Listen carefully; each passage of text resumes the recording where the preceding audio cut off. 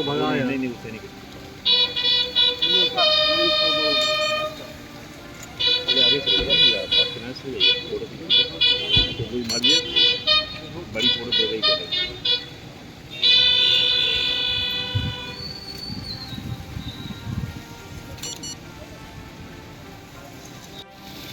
जय श्रीमान।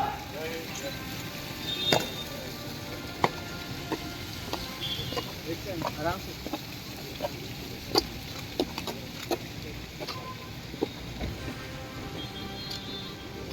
नीचे संतोष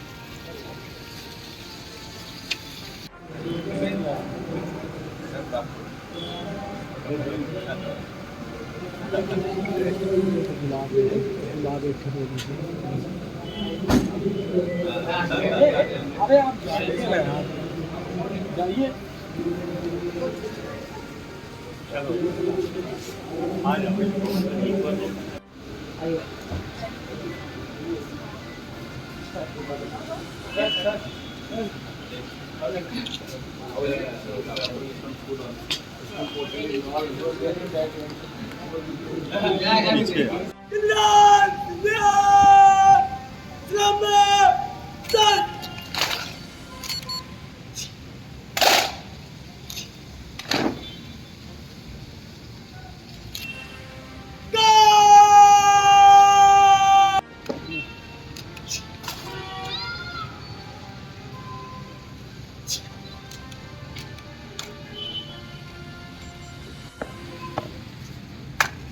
जय श्रीमान। श्रीमान एमपी बटालियन एसपीसी रीवा सम्मान गार्ड गार्ड आपके निरीक्षण की है हजरत। जय श्रीमान।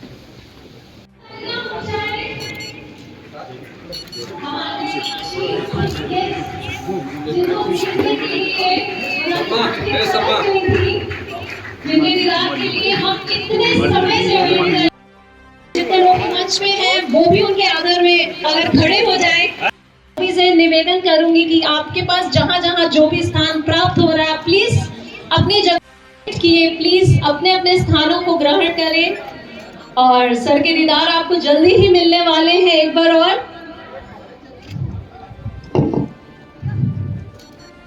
कुछ वो संस्कार की पाठशाला होती हैं, वो संकल्पों को जन्म देती हैं और कभी कभी वो राष्ट्र को ऐसे सपूत सौंपती हैं जो अपना जीवन देश की सेवा को समर्पित कर देते हैं।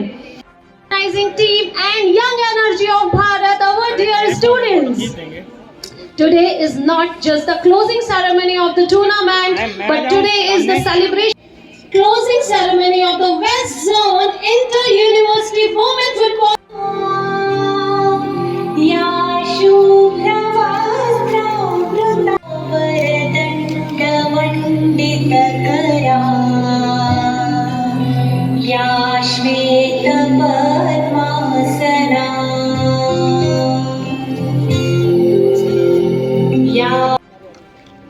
Now I request.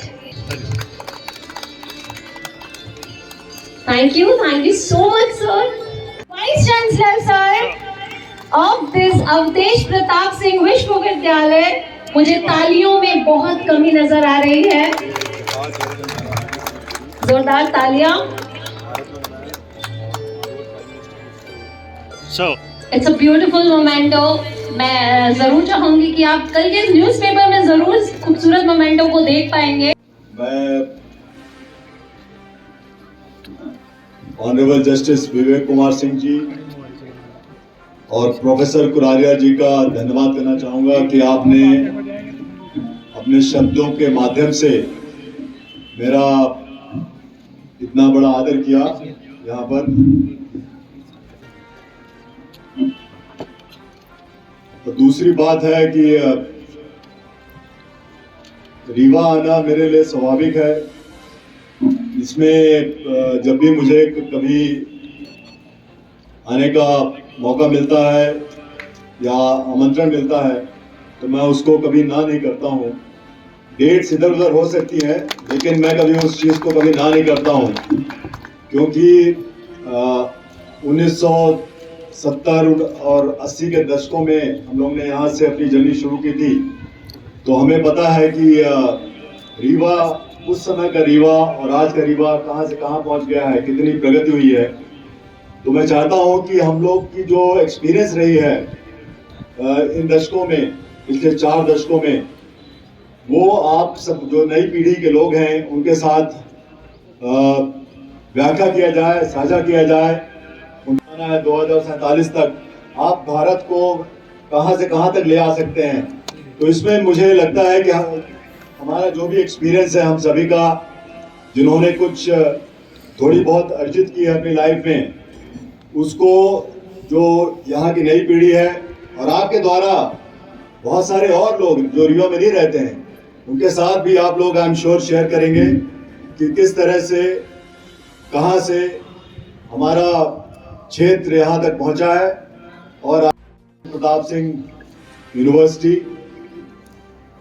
डिग्नेटरी जितने बैठे हैं यहाँ पर स्टेज पे, और इस कार्यक्रम के पीछे जितने लोग हैं उन सभी का अभिनंदन करना चाहता हूँ, सभी को धन्यवाद देना चाहता हूँ कि आपने मुझे आमंत्रित किया और कुछ मिनटों के लिए अपने जो विचार हैं आपके साथ शेयर करने का मौका दिया।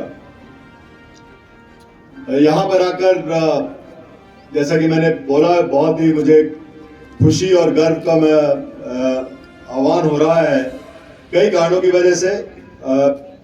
एक तो इट्स लाइक होम कमिंग। जब भी रीवा आते हैं तो घर में आने की एक जैसी हमारे अंदर से वो निकलती है कि हम अपने घर पहुंच गए। और आज भी जब हमारा एयरक्राफ्ट लैंड कर रहा था तो लग रहा था कि जब हम स्कूल में पढ़ते थे तो चौराहा में एक एयर स्ट्रिप थी, बट वो लार्जली नॉन ऑपरेशनल रही कई सालों तक। ये देख के अब लग रहा है कि यहाँ से फ्लाइट शुरू हो गई हैं दिल्ली के लिए, इंदौर के लिए, और कनेक्टिविटी ज़्यादा बढ़ गई है। तो वो खुशी अलग ही मायने रखती है।